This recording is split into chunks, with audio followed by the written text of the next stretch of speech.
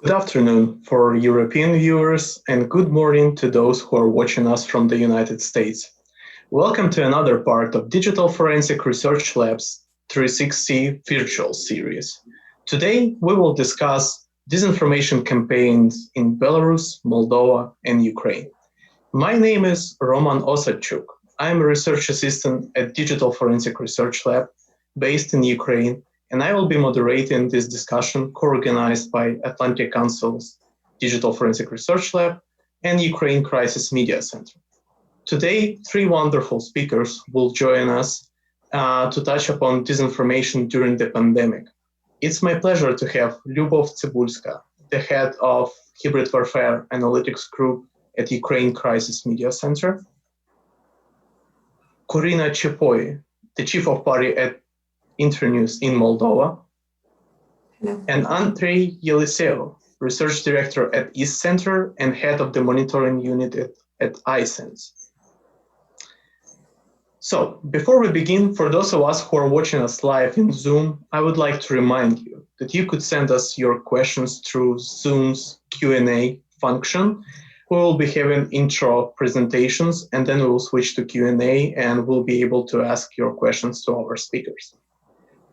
At the beginning, I wanted to know that DFR Lab is also conducting some research and found that pandemic allowed the disinformation to travel even faster than the virus itself, which was called as infodemic.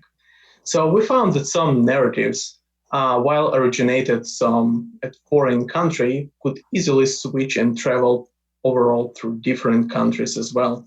It was the case of the one Italian doctor who claimed that there is not possible to create an vaccine against COVID-19. This story was translated in Russian and then spread all across different neighboring countries, and thousands of people shared this. His claims was fake, and he was denounced and even received a criminal complaint, but still the story received attraction.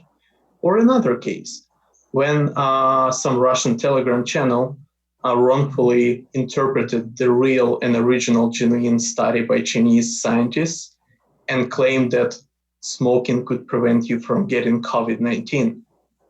The story again received a lot of traction in Ukraine and some neighboring countries. And finally, we found that some fringe media are trying to use alphabet blending approach when they substitute some letters of their alphabets with special symbols to avoid detection and actually get their stories spread and not deleted by the platforms. It's only the tip of the iceberg. And if you're interested in more of our research, you could always find more on the Medium platform of DFR Lab. And now I would like to give a floor to our wonderful experts and ask them to share what they see in their countries, what messages, narratives, and tactics are used, and how foreign and local actors are using pandemic and infodemic for their benefit. What is the effectiveness of those campaigns? Are they successful in influencing local audiences and political dialogue? And now I would like to pass the word to Corina Chepoi to reflect on disinformation trends in Moldova during COVID-19. Corina, the floor is yours. Thank you. As you mentioned, I'm working for Internews in Moldova, and we have here several projects focused on strengthening partners, media outlets, while also working on media literacy, on media law, and strengthening media NGOs. So connected to my area of expertise is the field that we're talking about. As we're supporting the local media and local NGOs, we see how they struggle to really grasp but also fight disinformation in terms of COVID.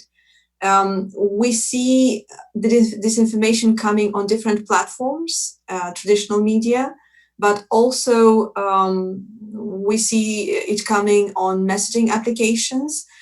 We see it being shared in social media platforms, and people use sources of information, for example, their relatives, their friends, other sources of information that are hard to control and hard to quantify or survey. So we have to take this into account. And in Moldova, though the influence of the traditional TV stations is still on top, social media is catching up. our partners did try to monitor what is happening. This is done through joining different groups on social media, joining different messaging groups. The most interesting to us and somewhat weird was that disinformation was found on groups related to schools, like your classrooms and parents, to your neighbors, and other similar groups, like, for example, groups that I am part of, and that's our street. So disinformation appears there. We were interested also to see that media covered the issues, media NGOs as well, and media outlets. And what they've seen is that usually the information that is being shared there is meant to be alarmist. Either they want to induce panic, they promote conspiracy theories, or they promote certain miracle cures. Again, I'm sure that all this resonates with our colleagues, as we've seen comparative studies, and as Moldova has disinformation on 5G antennas, which, by the way, don't exist in Moldova. There are still calls to burn those antennas. While the messaging apps are interesting and really difficult to monitor, we also see the mainstream media in Moldova, and there you have a variety of media. And the difference between us and other countries is that the media, most of the media connected to most of the coverage in Moldova, are also connected with politicians. And the politicians, again, it's a peculiarity, the pro-Russian politicians we have now in government and in power own the media that are connected to Russian interests. And often, according to our partners' monitoring, use various methods of manipulation, starting with the technique of Messiah, or the technique of omitting certain elements from the news, manipulation through videos. So that's all part of mainstream media. And often, to our surprise, we see in surveys people are trusting that media. So that's why, again, the role of media literacy is even more important, because we cannot otherwise fight directly the disinformation patterns that we see in Moldova. Of course, we all are aware of what kind of disinformation appears, and we see in our partners' platforms like Stop Files or media outlets that have a specific project, quite interesting topics where anti-Western theme appears. For example, saying that propaganda comes. Saying that the virus comes from the West, and this is in a form of propaganda. That's what I wanted to say. And the good things, the positive things, the aid comes from Russia and from China. Of course, we have also issues of disinformation on health, directly on vaccines, for example, chip-infused vaccines. I don't know if you've heard that one. We have Masons developing COVID in a lab and buying out media, so we don't know about it. It's very elaborate and surreal. So again, it's highlighting how much critical thinking plays a role in the development of a society, and how much we need that, again, part of media literacy or general education. And then we also see the other platforms that I was mentioning, which is one of the most trusted source of information, is trusting your family, friends, your neighbors. And that's the most difficult platform or way of spreading information that we cannot really control. When people were asked why did they send the fake information, they say usually that just in case, what if it's true? I would like to help this way. I don't know if that's true, but what if it is? So that's, again, amazing, but it's also what I personally responded to a similar text on my street group. I tried to recommend trustworthy information, and I also tried to recommend official information. And here we come to another problem. the official information is very limited at times. Our authorities, for example, are saying that they are focusing on fighting the pandemic. They don't have the time, the resources, or the means to properly communicate. And of course, that means a void. So when people see a void of information, they try to fill it up with distrustful information, or the information they hear, or they can invent it or associate it with something. So that's an issue we've observed, and it took more than a month, I think a month and a half, for our media outlets to lobby for press conferences, for Q&A sessions with the Ministry of Health. Right now they're going on, but until then, how would you imagine the media outlets, even the trustworthy one, would get the information? They would try to get it from other sources. And that void really influenced the level of information of our public, the level of awareness and information of our media outlets. So that's a huge challenge to the media organizations. And added to that are the challenges of physical security, the challenges of reporting on issues where you put in front your own team members, and you risk the health of your employees to be able to inform the people of your country. In terms of who is behind it, I touched on the issue of media connected to politicians and politicians connected to geopolitical interests. So what we see with the specific media outlets, and we monitor them, is that they commit a series of violations, both in terms of being professional, following ethical standards, and relying on trustful and trustworthy information. Out of 12 media outlets that our partner, the Independent Journalism Center, recently monitored and issued a report, 10 out of 12 had disinformation and manipulation of information on their screens or on their platforms. So that's a huge challenge to our society to understand what's happening, to stay informed, and to also make decisions. And that's the most important thing, because on this information that comes through the media, be it social platforms, the person decides to go out today, wear a mask or not, wear the gloves or not, or to touch other surfaces, and this influences their quality of life in the end. In terms of solutions and what we all should do, we continue with media literacy efforts.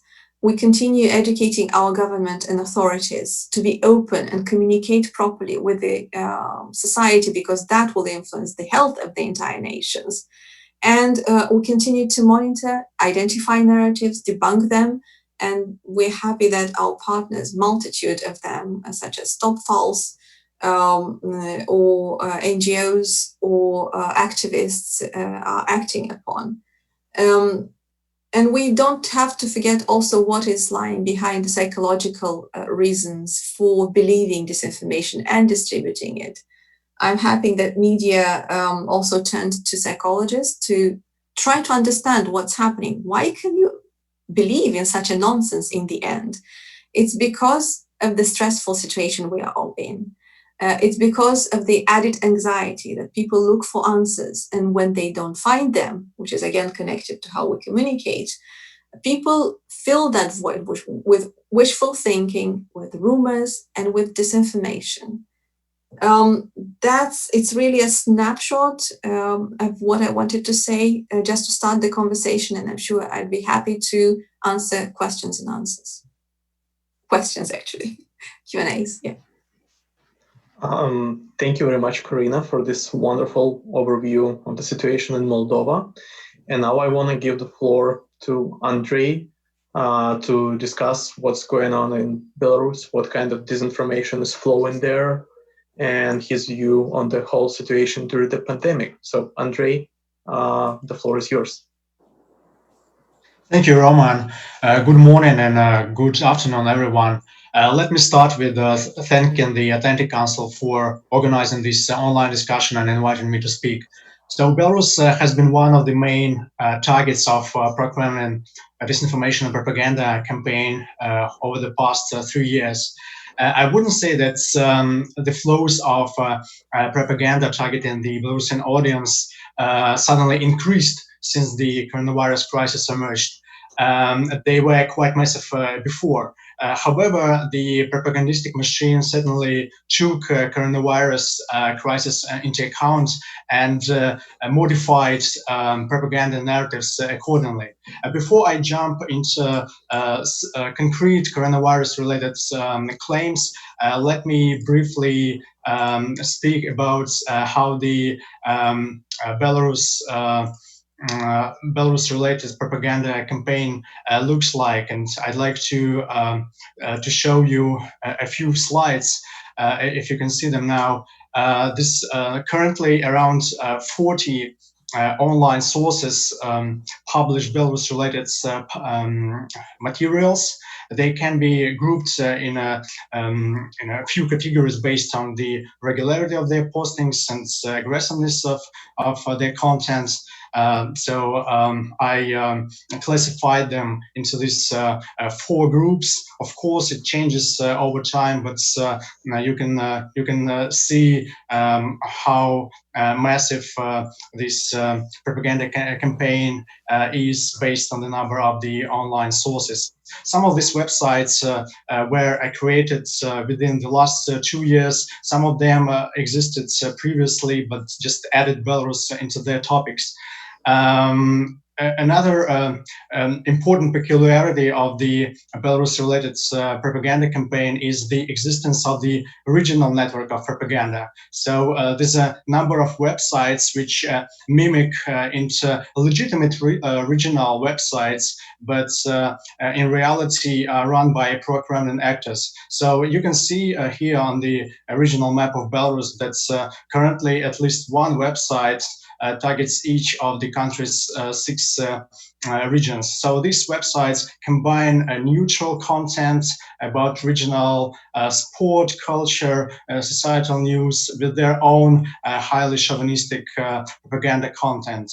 And this regional network is well connected with the large propaganda network. You can see the number of reposts of the regional websites on the left with the larger propaganda outlets to the right, based on the analysis during one of the quarters of the last year.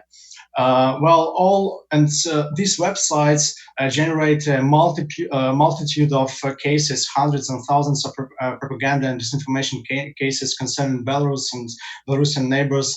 All these cases can be grouped in a dozen of main propaganda narratives.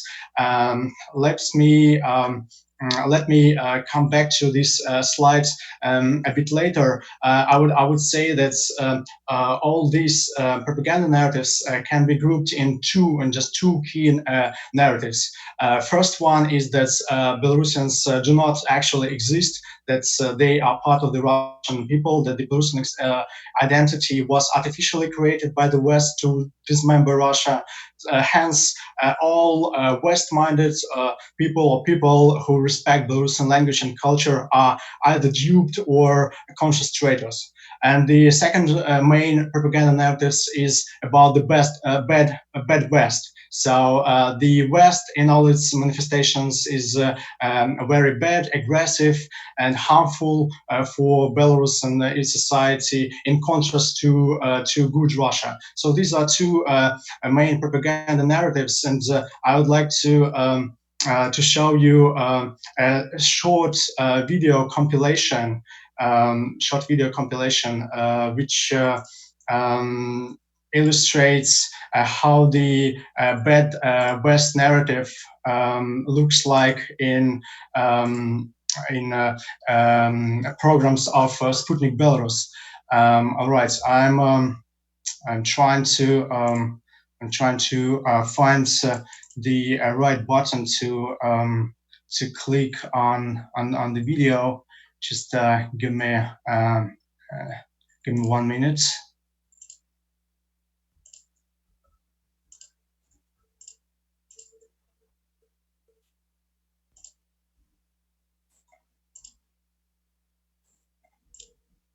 All right. Here it is.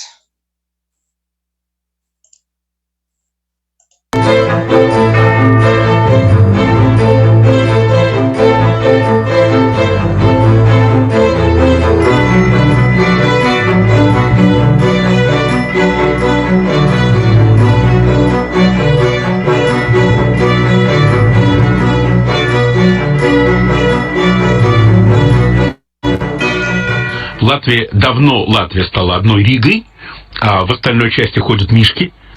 Ну, Латвия, извините, кто она является в Евросоюзе? Они не имеют там никакого суверенитета, да, у них есть флаг, герб, но у них практически нет экономики. Европейский Союз – это не суверенный союз, в общем-то, независимости на сегодняшний день он не обладает, причем ни военной, ни политической, соответственно. Давайте называть вещи своими именами. Европа сегодня – это колония Соединенных Штатов Америки.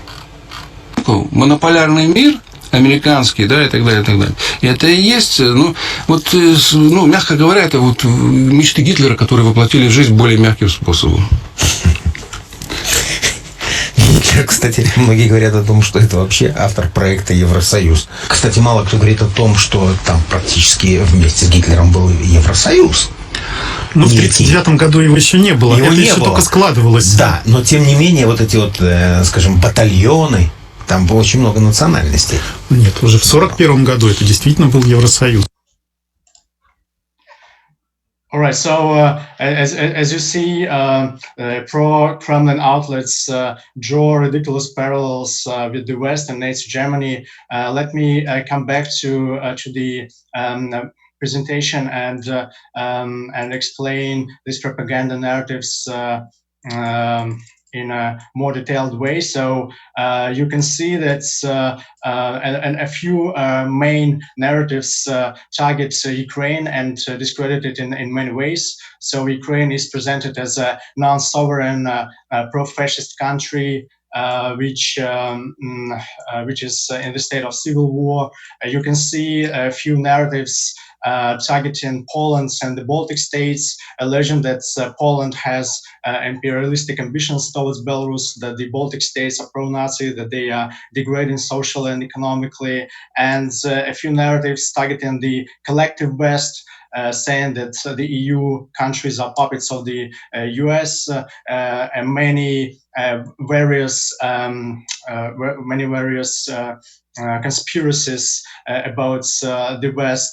And all these narratives, they are still there, but with the emergence of the coronavirus crisis, they were modified. So, for instance, now writing about the Baltic states or Ukraine, pro-Kremlin outlets frequently allege that they are not dealing well with the coronavirus crisis, that they can only survive in close union with Russia, that the bad West likely created the coronavirus for its political and economic aims. And of course, you know all these narratives about the West, EU, NATO, which are dealing bad in contrast to Russia and so on. Let me focus on the narratives which target Belarus specifically. So that's a regional propaganda network that I mentioned. Has published a dozen of materials which claim that the Belarusian opposition and civil society are actually involved in a West NATO-driven operation to spread the coronavirus infection among the Belarus population. So this network alleged that NATO pays $1 for infecting one person, and if it's an official soldier, then the rate is even more. That's Mike Pompeo, during his visit to Minsk, allegedly handed the coronavirus-infected test tubes to Belarus civil activists and so on. You can see that sometimes these claims actually contradict each other. Like, for instance, one publication can say that the coronavirus was invented by NATO. Another one say that actually the coronavirus outbreak didn't allow NATO to organize planned military attack against Belarus. So you can see that there may be some controversy among the publications, but anyway, all of them claim that the Bad West is behind the coronavirus outbreak, or was inventing some harmful plans to Belarusian state and society. And I'd like to end with saying that unfortunately the Belarusian state TV channels also spread propaganda and disinformation. They manipulate, use a number of techniques to downplay the threat that the coronavirus infection poses and ridicule it. So they show video reports from, say, football games, saying that that this is our response to coronavirus.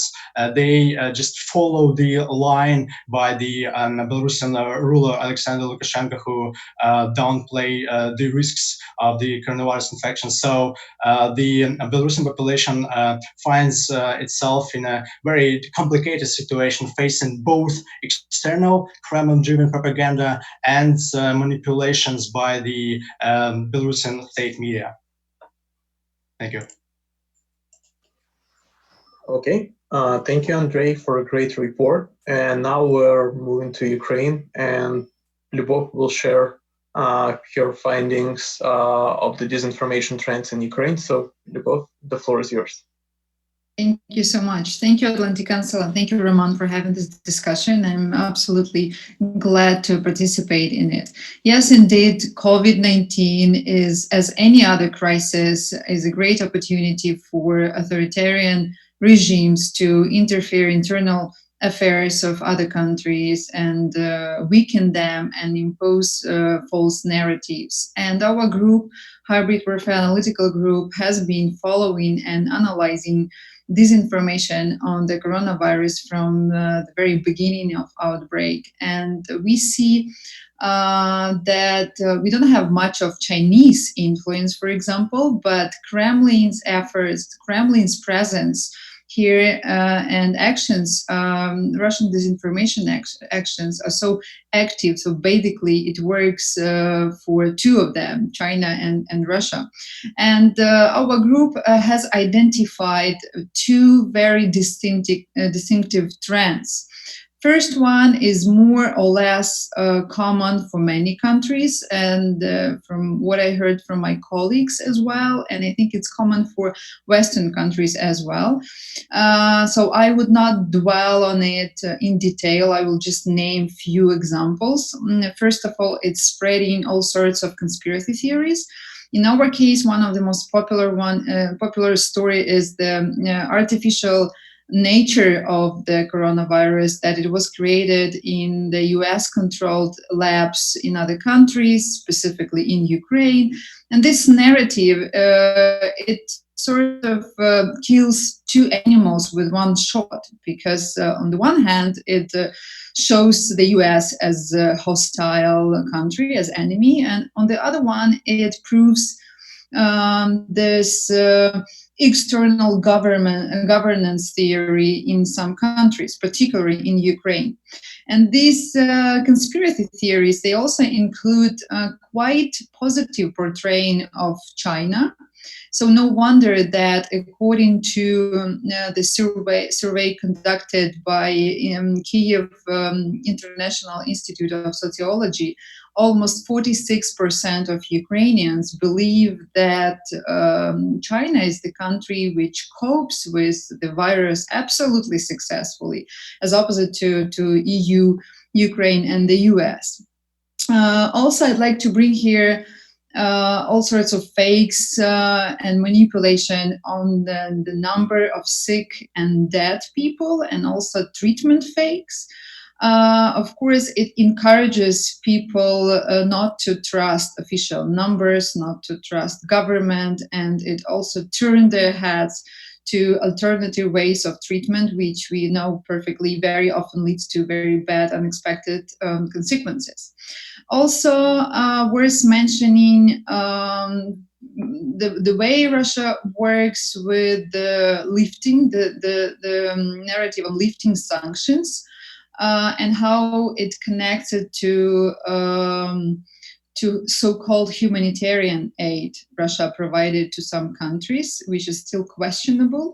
We see that the Ministry of Foreign Affairs of Russia is actively campaigning against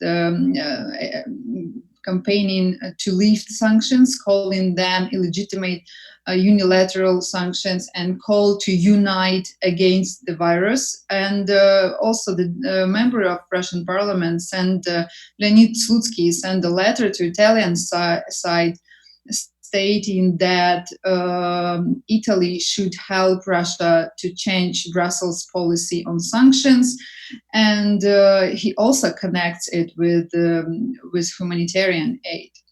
And also worth mentioning the hyperbolization of economic losses and protests.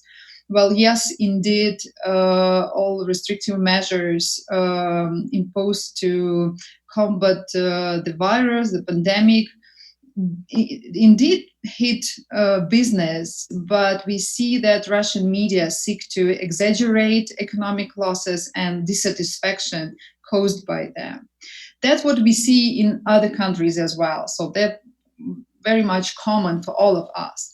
But there are a few campaigns which are more tailored for Ukraine, and they exploit very local features, local reality, and I'd like to tell a few words about them. So among the most notable ones is the story from Novi Sanzhary, when people in a very small Ukrainian town started getting messages and emails on their phones inciting aggression. So it happened it was the end of February, and the first evacuees from China were supposed to come and be quarantined in Novi Sanzhary at the local hospital, which was specifically allocated for this purpose. And when it became clear that these people are coming, locals got messages saying that infected people are coming, they're going to infect you, they're going to infect members of your family, why did government choose to quarantine them in your town, and so on. And in parallel, they started getting messages, emails, allegedly from the Ministry of Healthcare, saying that there are few confirmed cases of coronavirus in Ukraine, and it was not true at that moment. So these two factors, of course, scared people, and they heated up this whole situation to the point of really violent and loud protests. And that's when Ukraine basically got into news all over the world, showing this vicious, intolerant, crazy, wild reaction of Ukrainians towards the evacuees. But this reaction was indeed conditioned by the very skillful combination of disinformation campaign and old, good, active measures. So, and I think at that moment, a lot of people in the Ukrainian government really realized that this topic might be used by third actors in a very serious way. And before this happened, this Novi Sanjari happened, a lot of people had tended to estimate the whole situation. Another campaign we tracked recently is efforts on destabilizing the situation from within and cooking up the prophecies on so-called new Maidan movement. Like generally this quarantine Maidan, how they call it, and we tracked it on different pro-Russian sources, quite popular here. This quarantine Maidan is a derivative of third Maidan movement. It was very popular, I would say, technique of Kremlin used back in 2015, 2016. And what they did, they called people up for protest and coups. They were trying to escalate the situation and not to allow government to function properly. So now they overstated that economic losses and people's dissatisfaction with the losses could start new quarantine Maidan as well. And the last but not least, which we also tracked, very effective campaign, is the factor of and actions of Ukrainian Church of Russian Patriarchate. In the midst of crisis, in the midst of pandemic and lockdown, they called people to come and pray, because only prayer, as we know, can stop the virus. And it actually gave a boost to the pandemic here, because a lot of people supported this idea. And of course, there were some religious holidays here, and people went to churches and kissed icons and drank some wine from the same common spoons and so on. So these three stories shows that there are some very specific, tailored for Ukraine techniques. And I'd like to also say a few words about the main players on this field. So we see that the main player is, of course, pro-Russian media. Here, first in the list should be media owned by Mr. Medvedchuk, a notorious Ukrainian politician and close friend of Putin. And preparing for the elections 2 years ago, he has purchased few TV channels. Now these TV channels are the main platform for pro-Russian forces here.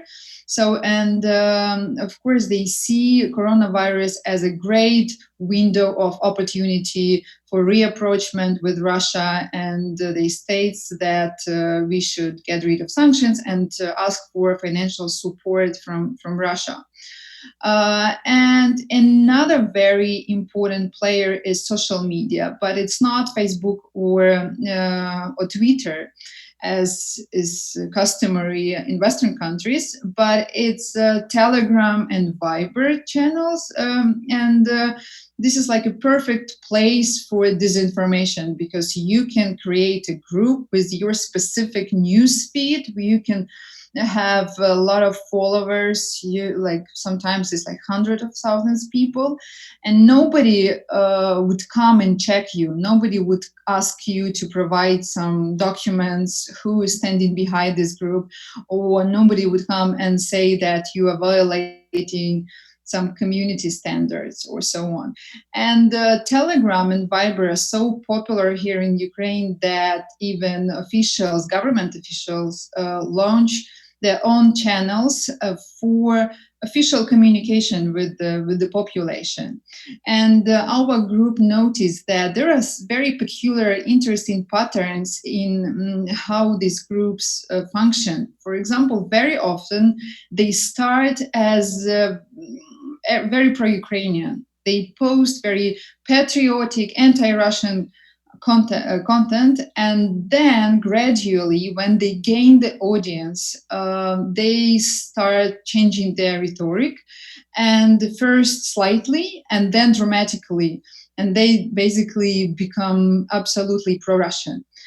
And third category of disseminators is ordinary people who are amplified by Kremlin sources. There are a lot of people who want to kind of monetize the virus and spread some maybe alternative ways of treatment. And then you see like there is a page or video from a random guy who called himself a doctor and said that ginger or garlic is the single and the most effective way to combat the virus. And then it has like 1 million views on YouTube.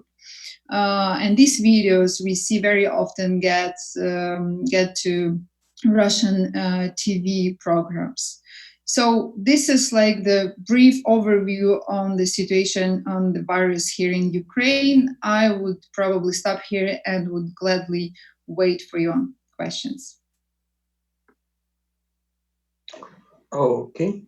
Thank you, Lyubov, for your insights. And now I'd like to switch to our panel, to the Q&A session. So we are receiving some questions from our viewers in the chat, and I would like to remind you that if you have some questions, you could post them in the Q&A section of Zoom right now at the bottom of your screen. So the first question that I wanted to ask is, we know that disinformation right now comes from different mediums and at a rapid speed, as you all touched. That it might be your family chat or your street chat or like some random groups in social media, state TV channels, etc. So from everywhere. So, but however, in order to be effective, those campaigns might always understand the audience and align their messages to those audiences. And we also know that different people have different levels of media literacy and digital resilience. So I would like to ask, what part of your respective society is the most vulnerable for this disinformation that you identified, especially right now during the pandemic? Who is the main target for those stories? So who wants to start this? Corina, let's start from you. Yes, I would connect your question with an aspect that was mentioned by Lyubov, and I forgot to tell you about the church's role in Moldova.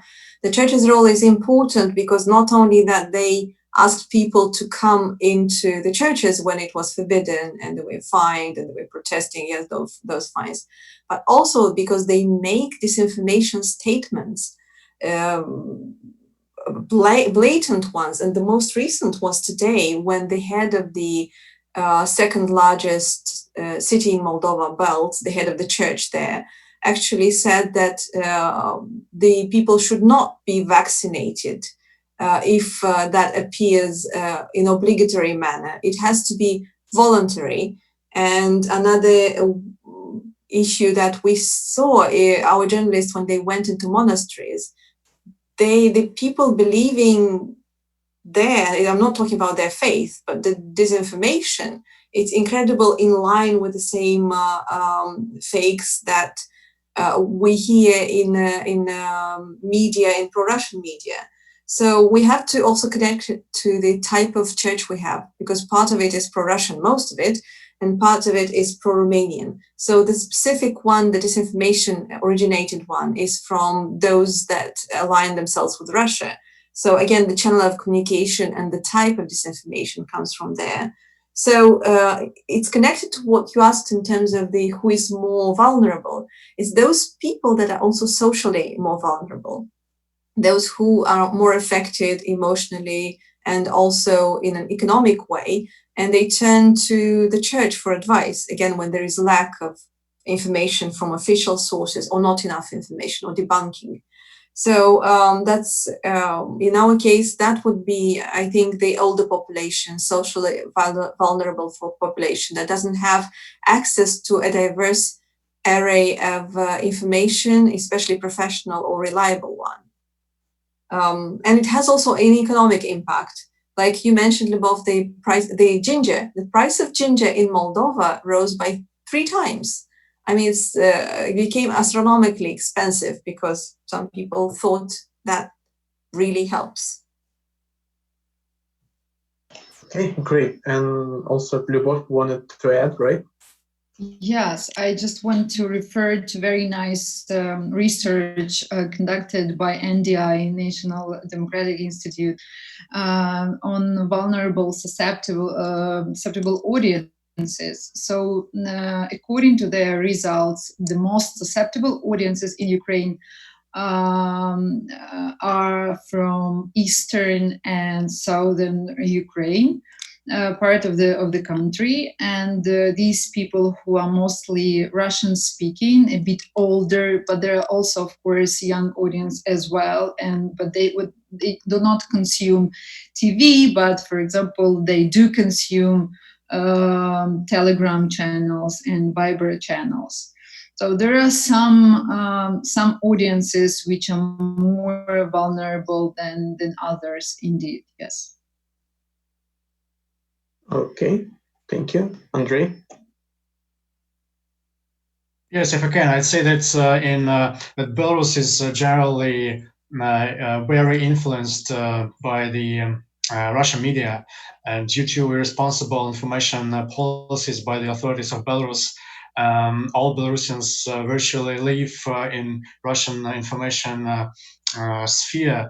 But the most vulnerable categories of the population, I would say, military, part of active Orthodox Church believers, plus aged people. But also increasingly teenagers who do not bother themselves checking alternative sources of information. So media literacy problems not only relevant for aged people, but increasingly for Belarusian youth as well. Okay, thank you, Andrei. And now switching to the questions sent by our viewers. So we have two questions that I wanted actually to combine into one. So the question is, given the interdependent relations between politicians, media, and information, how would be a person able to discern from distorted or real content over some social media platforms and web?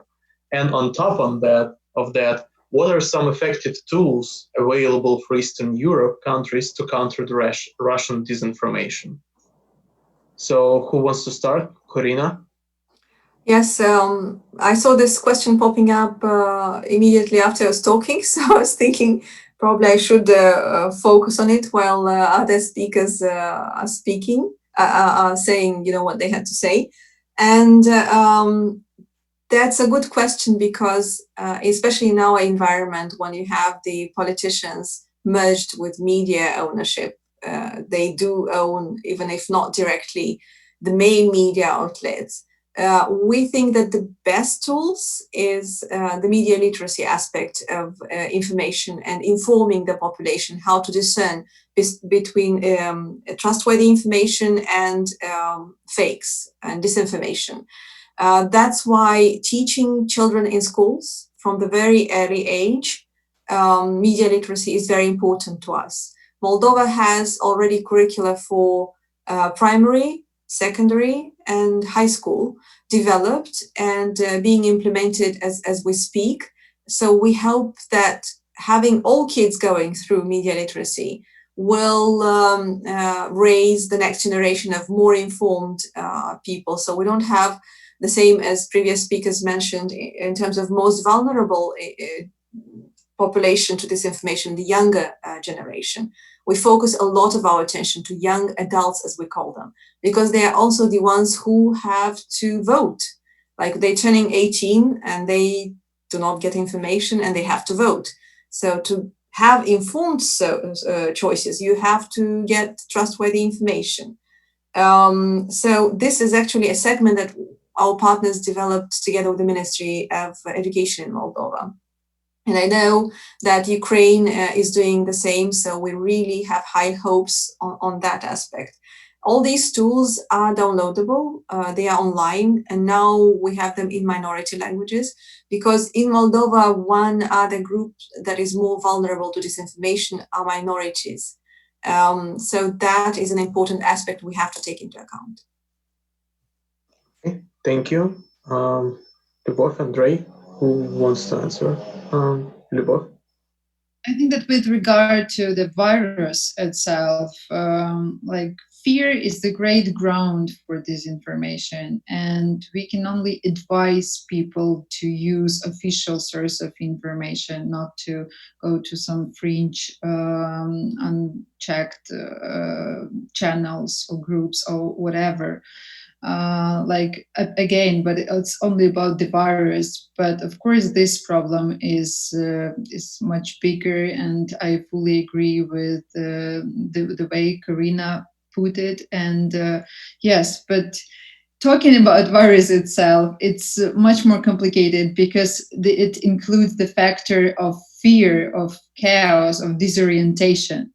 So what we should do in the first place is to explain people that there is no other source of information on statistic or whatsoever or treatment except official ones. Okay, thank you. Andrei? As I said, in Belarus, the situation is more complicated as even official sources, right, and state-owned media downplay the risk of the coronavirus threats. And there were cases when the state media transmitted some disinformation themselves about the coronavirus threat. So it's only independent media who responsibly cover the issue, but of course, a large part of the population does not follow independent media. So unfortunately, it's a problem. And in Belarus, in contrast to Moldova or Ukraine, the media literacy programs are very rare, and the state institutions have not embedded media literacy programs in educational programs. So I'd say that people in Belarus are in a more complicated situation when it comes to disinformation and propaganda. Thank you very much. And now the next question is, please describe the sources of disinformation. Is it the St. Petersburg troll farm, Internet Research Agency, pro-Russian individuals like oligarchs, like Medvedchuk in Ukraine, but in Moldova probably, and Belarus is kind of the same, or other Kremlin-connected organizations and individuals? So let's start from Lyubov this time. In our case, these are all of them. Oligarchs, some separate agents, media, Telegram, Viber, Facebook groups, troll spots, like everything which exists in this field, I think is quite active in Ukraine. But of course, we see that some of them are very much linked to the Kremlin, and we see that it comes from Russia. But some of them, some of these channels, they created here in Ukraine.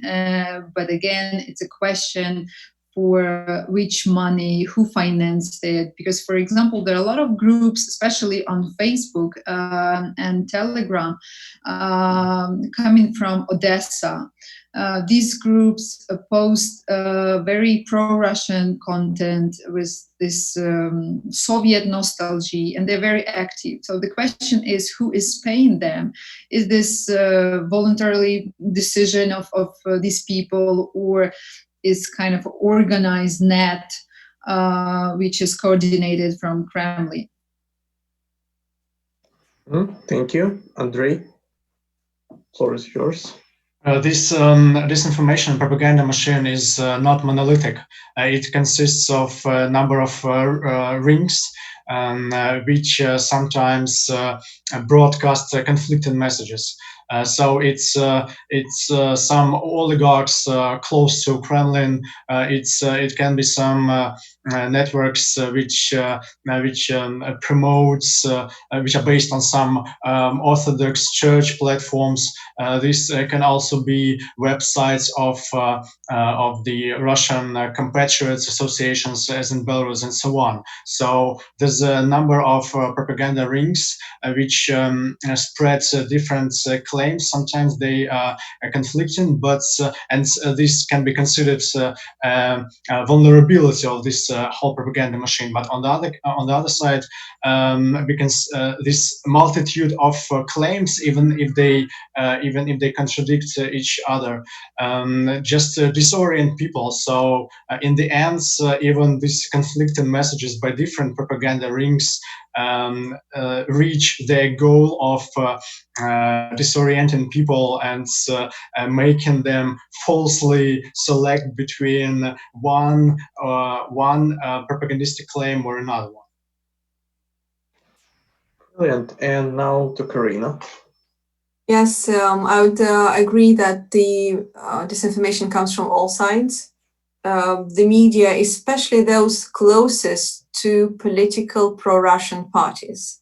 I see most of the violations coming, comparing the table of monitoring of media that I was telling you. Most of the violations come from them. Also, we had entire websites dedicated to disinformation on COVID that were immediately closed at the beginning of the pandemic.